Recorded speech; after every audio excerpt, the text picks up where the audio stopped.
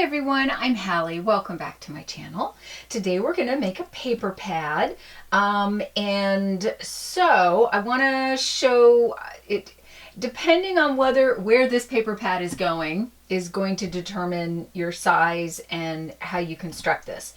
I do have another video coming up with alternate ways, but right now we're just going to do a basic one like the one I had in my fern journal, like this. And let me just show you what I mean. If you just have a basic pad, then it doesn't matter.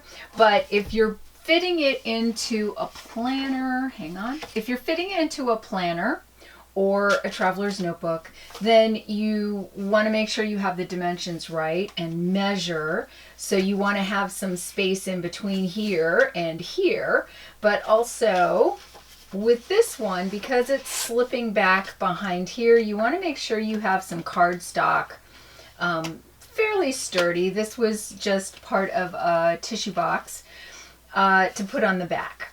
And then it just slips back here like so.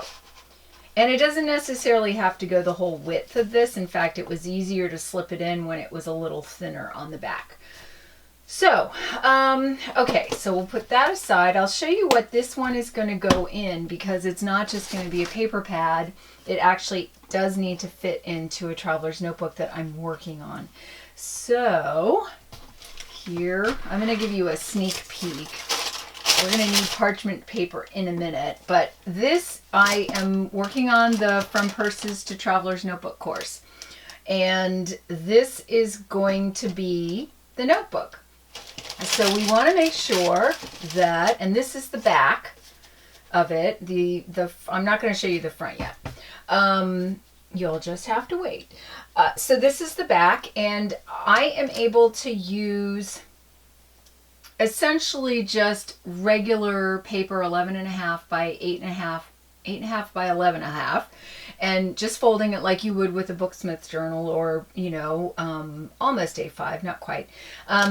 Anyway, so this definitely fits, and we're going to have, like I showed you with the planner, there's going to be a thing in the back where it slips behind. So I definitely need some kind of sturdy cardstock. This is not quite chipboard. I got it from a mailer, so it's sturdy enough to be able to hold on to the back to slip behind that little slit thing, but it's not going to be too bulky like with chipboard or anything like that. So now that I've showed you what it's for, I will set this aside. The next thing you want to do is you want to make sure that these, you could even do a raggedy kind of notepad if you wanted to, but you absolutely need to make sure that the top edge where you're gluing is going to be even. So you got to do this. Hang on. Let me secure that for now. Okay. So on to the top, and just make sure. So this doesn't matter. You know, the sides don't matter as much. It is the top. And you want any kind of PVA glue, Mod Podge. Actually, even Elmer's will work for this. Okay, so once that's done, you want to get, now I use a 5-inch thick dictionary from 1970, so I'm not defiling any like archival dictionary. It's just it's just a dictionary. And then usually what I would do is I would just do this on the edge of my craft table, but because for demonstration purposes, I have it sitting on another thick dictionary type book. So then what I'm doing is I want to protect this book. So I'm putting parchment paper down. Parchment paper is good because stuff doesn't stick to it. And then I'm just bringing this out and pushing it in so that it's at the edge and it's going to hold it tight. Now, if you have bricks or cinder blocks or rocks or, you know, other heavy stuff hanging around, use that.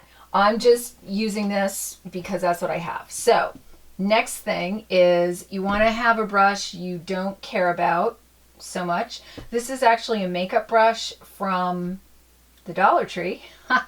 And what's really handy about it is, look, it's got a little divot there for, you know, holding it, which is fantastic if you're right-handed.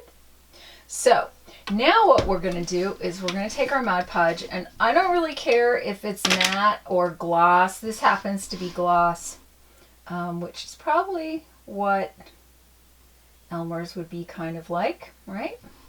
And then we're just going along the edge, just like that, and painting with the Mod Podge. And that's all there is to it. And you want to do a few layers. So you can actually, and I do thin kind of layers because I want it to sort of soak in to the top part if there's any kind of space in between the pages, which there kind of isn't, but, and that's all there is to it. So then you just let this dry, you come back, or you can use a glue gun. You come back, you do another layer, and I do about, I don't know, I do about maybe 4 layers, 5 layers. I just sort of check it out to see, okay, well, are the pages holding together? And if they're holding together, then yay. And that's it. That's all there is to it. So I won't do any more because I'm going to let that dry. And then the other thing is that if you want, I'm going to put this in the water. If you want, you can get like that double-sided, you could do washi tape.